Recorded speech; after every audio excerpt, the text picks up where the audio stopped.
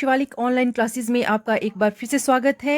हिंदी में हम डिस्कस कर रहे हैं आजकल संधि और संधि के जो वीडियोस हो चुके हैं पिछले, उसमें हमने 2 वीडियोस में स्वर संधि डिस्कस की और तीसरे वीडियो में व्यंजन संधि की हम शुरुआत कर चुके हैं, जिसके हमने रूल्स किए हैं 5। और पिछले वीडियो का अंत जो हमने किया था वो किया था इन कुछ एग्जाम्पल्स के साथ, जिन्हें आप कर सकते थे। तो इन एग्जाम्पल्स को अगर देखें तो इन एग्जाम्पल्स का मैंने सॉल्यूशन यानी कि संधि विच्छेद आज के वीडियो में दे दिया है।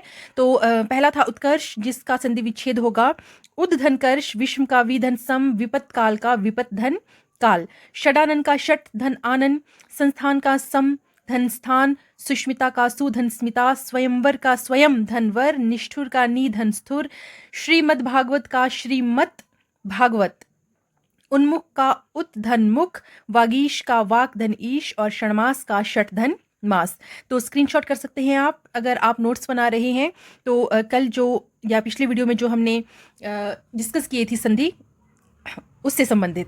तो आगे चलते हैं। 5 रूल हमने कर लिए थे, आज हम चलेंगे 6वें रूल की तरफ। व्यंजन संधि का 6वां नियम क्या कहता है?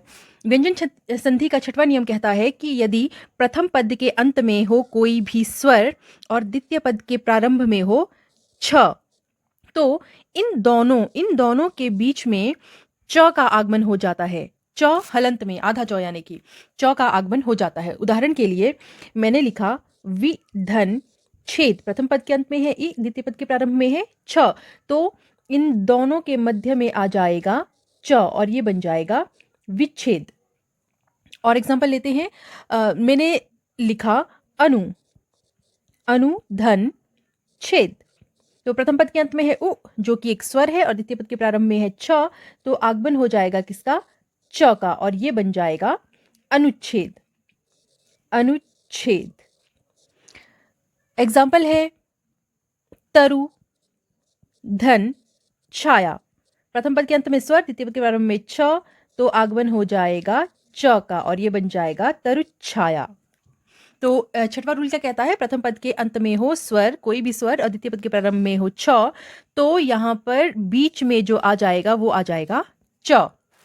इसी से संबंधित है अगला रूल। यहां पे एक और एग्जांपल पहले डिस्कस कर लेते हैं। मैंने कहा आपसे परि धन छेद, ये बन जाएगा परिच्छेद। परिच्छेद।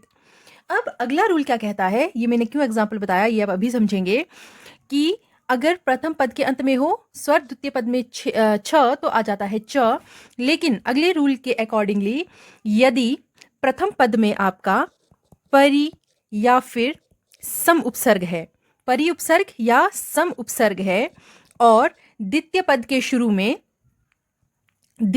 शुरू में हो आपका क, तो उस केस में अगर परि होगा तो बीच में जो है आपका आगमन हो जाएगा श का, और यदि सम उपसर्ग होगा तो आगमन हो जाएगा स का। उदाहरण देखते हैं। मैंने लिखा परि धन करण, प्रथम पद के अंत में है परि उपसर्ग और द्वितीय पद में शुरुआत है क की, तो इन दोनों के बीच में क्या आ जाएगा? परि है तो श आ जाएगा, परिश करण। अब देखिए ये सेम है, परिधन छेद और परिधन करण। तो यदि प्रथम पद के अंत में हो ई, हालांकि ये संयोग बन रहा है कि परि में ई है यहाँ पे, प्रथम पद के अंत में ई, लेकिन द्वितीय पद में देखिए क नहीं है, छ है, इसलिए यहाँ पर च आया। और अगर यहाँ पर होता परि उपसर्ग और आगे होता कोई क, जैसा कि नीचे वाले रूल में है आपका, तो वो बन जाएगा परिष्करण। इस बात का आपने ध्यान रखना है। तो एक और एग्जांपल लेते हैं। मैंने लिखा है सम, जो कि एक उपसर्ग है, सम उपसर्ग, और उसके आगे लिखा है मैंने कार, उसके आगे लिखा है कार, तो ये क्या बन जाएगा? ये बन जाएगा संस्कार। संस्कार। सम हमने ऊपर ले लिया, म हमने यहाँ ऊपर ले लिया है, और आगे कार, तो बीच में किसका आगमन हो गया? बीच में आगमन हो गया स का, और ये बन गया संस्कार। और एग्जांपल लेते हैं। हमने लिखा सम धन कृत, सम धन कृत, प्रथम पद में है आपका सम उपसर्ग और द्वितीय पद में के प्रारंभ में है क, तो बीच में किसका आगमन हो जाएगा? बीच में आगमन हो जाएगा स का, और सम धन कृत बन जाएगा संस्कृत। तो जब संधि विच्छेद करने को आए, मैं बार बार कहती हूं कि आपने ऑप्शन से सवाल की तरफ जाना है, ऑप्शन से सवाल की तरफ जाना है अगर थोड़ी मुश्किल संधि आपको आती है। अगला रूल क्या कहता है? अगला रूल कहता है कि यदि मिलन हो रहा हो च च ज ज, ट ट, ड ड। यानी कि दो सेम वर्ण हो लेकिन एक हलंत में, या फिर एक आधा और दूसरा पूरा। तो इस केस में जो आपका आधा है वो त में बदल जाता है, वो बदल जाता है त में, सभी के सभी। जैसे कि उदाहरण के लिए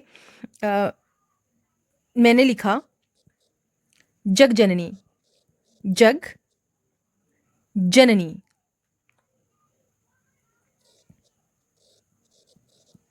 तो वो बन जाएगा हमारा, यहां से टूट के इस त का बन जाएगा जगत धन जननी।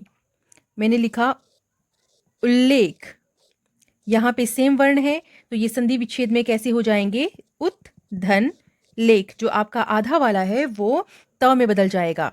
मैंने लिखा सत धन, या मैंने लिखा सच्चरित्र, सच चरित्र। तो जब संधि विच्छेद करेंगे तो वो हो जाएगा सत धन चरित्र। तो आठवां रूल कहता है कि यदि संधि हुई हो और दो वर्ण दो सेम वर्ण हो लेकिन एक आधा और एक पूरा, तो उसमें से जो आधा वाला है हमारा वो हमारा त में बदल जाएगा। आगे देखते हैं अगला रूल क्या कहता है। अगला रूल कहता है कि यदि प्रथम पद के अंत में हो री या र या श या पूरा का पूरा क वर्ग या आपका प वर्ग या फिर य व ह, यहाँ पे एक दो रूल्स मैंने इकट्ठा कर दिए हैं ताकि बहुत लंबा ना जाए। और द्वितीय पद में क्या हो, द्वितीय पद में हो आपका दंत्य न, तो ये न जो है आपका ये ण में बदल जाता है, ये न बदल जाता है ण में।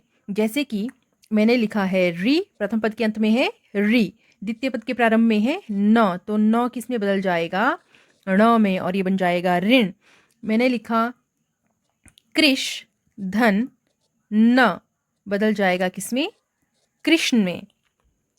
त्रिश धन ना, बदल जाएगा तृष्णा में, तृष्णा। देखिए यहाँ पे हम स्टार लगाएंगे और जिक्र करेंगे एक चीज का कि हमारे पास संधि है नारायण, संधि विच्छेद करना है तो वो हम जानते हैं वो बने, ये जो संधि विच्छेद होगा किससे होगा, यहाँ पर टूटेगा, ये बन जाएगा नार धन अयन, नार धन अयन। तो नार धन अयन, यहाँ पे आप देखें तो संधि कौन सी हुई है, संधि हुई है हमारी दीर्घ संधि। लेकिन अगर प्योरली दीर्घ संधि हुई है तो ये ण की जगह यहाँ पर न कैसे आ गया। तो कई बार हो सकता है आपसे सवाल पूछा जाए कि नारायण और इसी तरह से रामायण, रामायण की संधि हम जानते हैं रामधन अयन, रामधन अयन, कि ये कौन सी संधियां हैं, ये दीर्घ संधि है या व्यंजन संधि है या दीर्घ व्यंजन संधि है। तो देखा जाए तो यहाँ पर दीर्घ संधि भी कार्य कर रही है और व्यंजन संधि भी कार्य कर रही है। तो ये जो संधि है आपकी ये दीर्घ व्यंजन संधि संधि कहलाएगी, दीर्घ व्यंजन संधि। तो यही वाला रूल है जो इस पे अप्लाई होता है। तो और एग्जाम्पल अगर देखें तो वी धन स्नु, विष्णु, पोष धन अन्न, पोषण, ये सभी एग्जाम्पल है इस रूल के।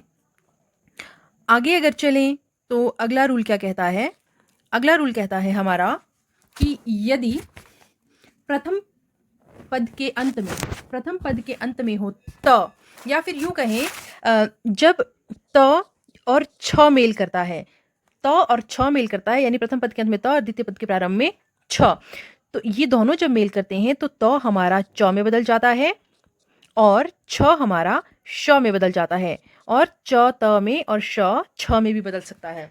देखिए हो सकता है कि त और श हो, त और श मेल कर रहे हो या फिर छ और च मेल कर रहे हो, तो मेल चाहे जो भी कर रहा हो आपने त को च में, छ को श में बदलना है। हम एग्जाम्पल लेते हैं, एग्जाम्पल लिया मैंने कहा जगत, जगत धन शांति, जगत धन शांति, त और श है। देखिए मैंने कहा था त और छ, लेकिन यहाँ पे त और श मेल कर रहे हैं, त और श, तो हमने कुछ नहीं करना है, हमने बस उन्हें बदल देना है। हम कैसे बदलेंगे, हम करें ज ग, त को बदलना है च में तो च हो गया आधा, श को बदलना है हमने छ में, श को बदलना है छ में तो ये बन गया छ और ये बन गया जगत शांति। हालाँकि इतने टफ जो है पूछे नहीं जाते हैं एग्ज़ाम में, लेकिन फिर भी एक स्लाइट आइडिया होना चाहिए कि बाय चांस अगर आपको आ जाता है तो आप इसे कैसे करेंगे। एक एग्ज़ाम्पल और ले लेते हैं। मैंने लिखा आपके सामने उच्च श्वास, या मैंने लिखा उत धन श्वास। त और श, तो उ त का बन जाएगा, च श का बन जाएगा छ, और ये बन जाएगा हमारा उच्छ्वास। उच्छ्वास। तो ये है 10वां रूल। इसके बाद बात करते हैं लास्ट रूल की। लास्ट रूल व्यंजन संधि का क्या कहता है? ये कहता है कि प्रथम, या फिर हम यूँ कहें कि जहाँ पर श या ट मेल कर रहा हो, जहाँ पर श या ट मेल कर रहा हो, तो वहाँ पर, या दूसरे शब्दों में कहें कि प्रथम पद के अंत में हो श, द्वितीय पद के प्रारंभ में हो त, तो ये दोनों मिलके बना देते हैं षट। ये बना देते हैं षट। उदाहरण के लिए मैंने लिखा है सृष धन ती। ये क्या बन जाएगा? ये बन जाएगा श और त मेल कर रहे हैं तो ये बन जाएगा षट और ये बन जाएगा सृष्टि। मैंने लिखा आपके सामने पुष धन ती। क्या बन जाएगा? ये बन जाएगा हमारा पुष्टि। मैंने लिखा आकृष धन त, तो ये बन जाएगा आकृष्ट। यानी कि श और त मिलन करते हैं तो वो बन जाते हैं षट। तो ये थी व्यंजन संधि। व्यंजन संधि के काफ़ी ज़्यादा रूल्स, हालांकि कुछ और रूल्स हैं, लेकिन मैंने आपको मोर देन इनफ रूल्स करवा दिए हैं, जिससे कि आपको एग्ज़ाम में आता है। और शुरू के 5-7 जो एग्जाम्पल्स हैं वो ज़रूरी हैं, हालांकि बाद वाले भी ज़रूरी हैं, लेकिन उनमें से सवाल थोड़े कम आते हैं। शुरू की संधि में से सवाल आपको ज़्यादा आते हैं। इसके बाद है हमारी विसर्ग संधि। विसर्ग संधि के रूल्स हैं लगभग 4 या 6। तो चलिए आज के वीडियो में ही इसे कवर कर लेते हैं हम विसर्ग संधि को। विसर्ग संधि के भी मैंने आपको कहा, विसर्ग संधि के भी हमारे होते हैं रूल्स। तो पहला रूल क्या कहता है? पहला रूल कहता है कि यदि प्रथम पद के अंत में क्या हो, अ हो या फिर आ हो, और उसके साथ जाहिर सी बात है विसर्ग संधि है तो क्या लगा होगा? विसर्ग। तो प्रथम पद के अंत में हो अ आ और उसके साथ लगा हो विसर्ग, और आपका द्वितीय पद में हो कोई भी घोष वर्ण। घोष वर्ण की याद होगी आपको, हमने आपको व्यंजन संधि शुरू करने से पहले ही बताया था। तो हमारे ये जो अ और आ जो हैं ये बदल जाते हैं ओ में। अ आ बदल जाते हैं ओ में। एग्जाम्पल है तपह धन बल।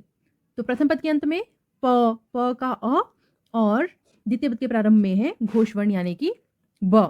तो यहाँ पे ये जो विसर्ग है ये किस में बदल जाती है? ये ओ में बदल जाती है। तो ये क्या बन जाएगा? तपोबल। ये बन जाएगा तपोबल। ये हमारा ओ में बदल गया, जो मात्रा हमारी यहाँ पे लग गई। एक और एग्जाम्पल देते हैं। हमने लिखा पयः धन द। ये क्या बन जाएगा? पयोद। ये बन जाएगा पयोद। तो प्रथम पद के अंत में क्या हो? अ या आ के साथ विसर्ग, और द्वितीय पद में हो घोष, तो वो बदल जाते हैं किसमें? ओ में बदल जाते हैं। और एग्जाम्पल इसमें जो आपको एग्जाम में आता है वो आता है मनः धन ज। क्या बन जाएगा? मनोज। यशः धन दा। यशः धन दा बन जाएगा यशोदा। पुरः धन हित, पुरोहित। तो ये है विसर्ग संधि का पहला रूल। विसर्ग संधि का दूसरा रूल क्या कहता है?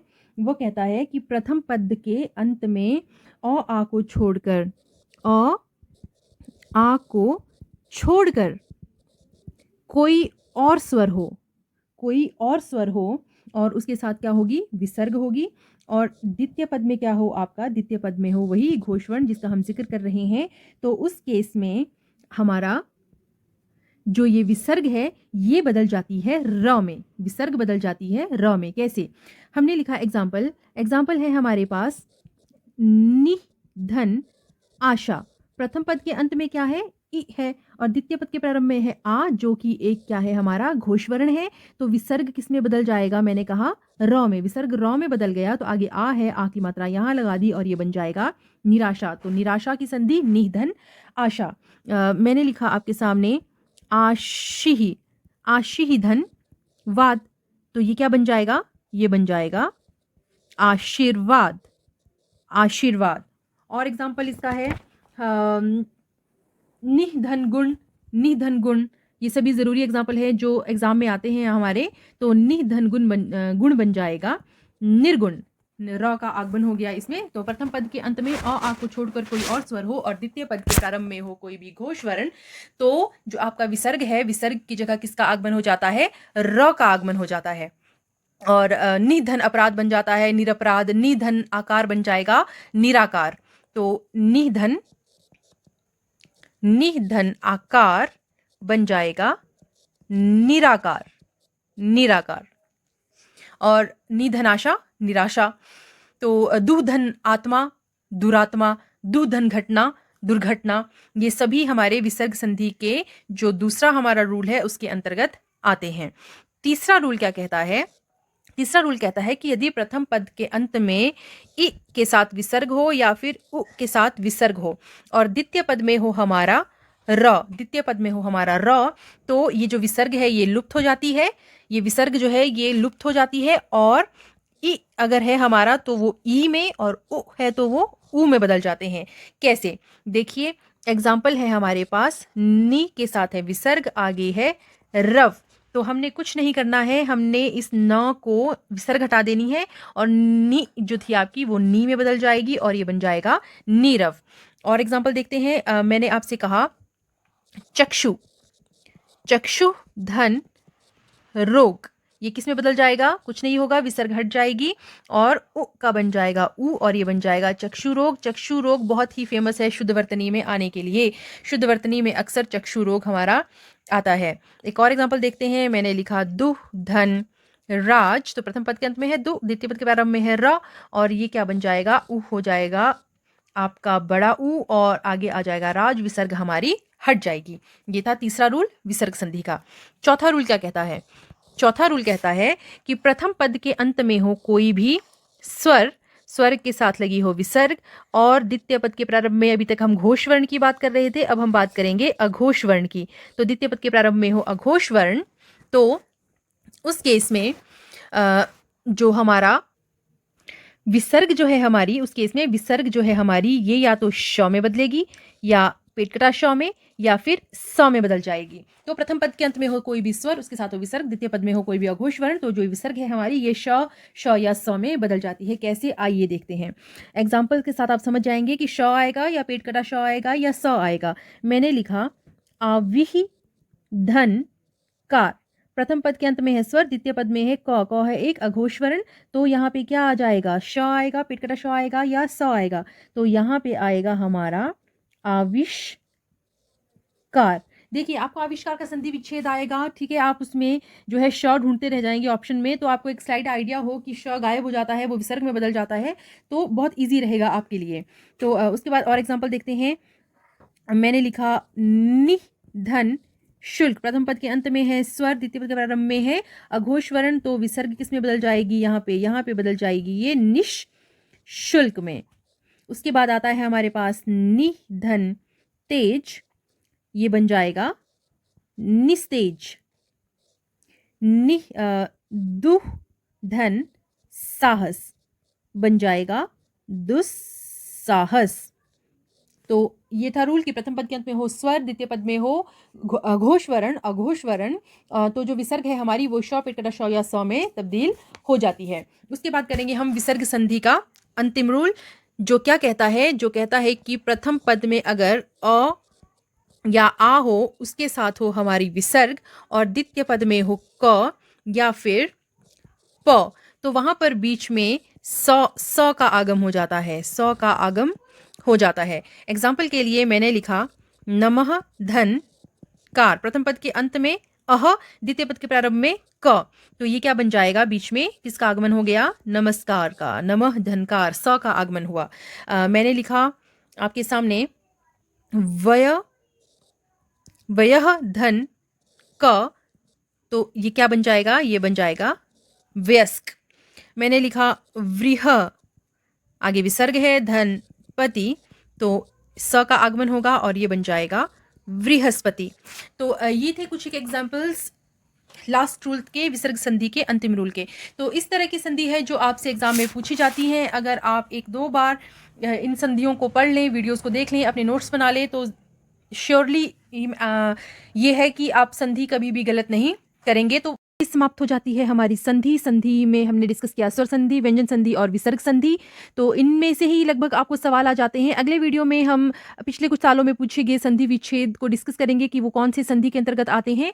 तो अगला वीडियो हमारा एक छोटा-सा रहेगा संधि के रिवीजन के ऊपर। अगले वीडियो में हम संधि का करने वाले हैं रिवीजन और उसके बाद चलेंगे नेक्स्ट टॉपिक के ऊपर। तो अगर आप पहली बार हमारा चैनल देख रहे हैं, आपसे रिक्वेस्ट है कि हमारे चैनल को सब्सक्राइब करें, वीडियोस को लाइक करें और अपने विचार रखने के लिए कमेंट करें और ज़्यादा से ज़्यादा लोगों को वीडियो शेयर करें। चैनल का नाम है शिवालिक।